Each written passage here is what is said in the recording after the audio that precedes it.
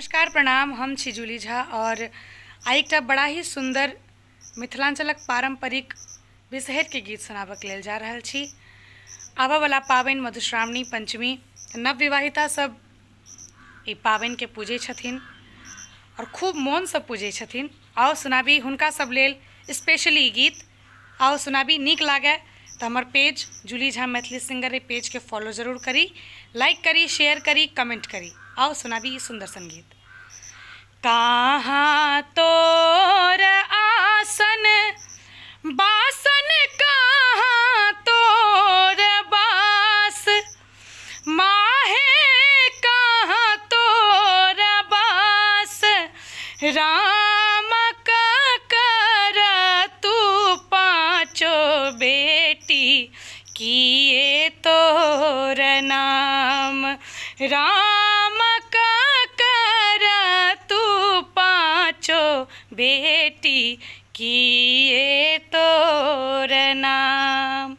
मैना पात आसन बासन, सरोवर बास, माहे सरोवर बास, राम गौरी दाई के पाँचो बेटी, बिसहरि नाम, राम गौरी दाई के पाँचो बेटी, बिसहरि नाम।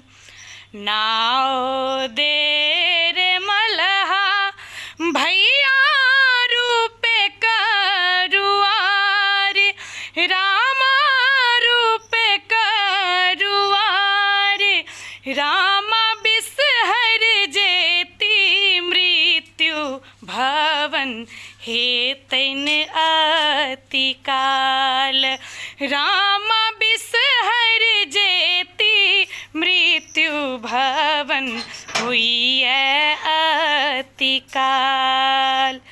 दीप देर कुम्हरा भैया बाटे सूत बाती, रामा बाटे सूत बाती, रामा तेला दे रे तेलिया भैया, हुइए अति काल, रामा तेला दे रे तेलिया भैया, हुइए अति काल।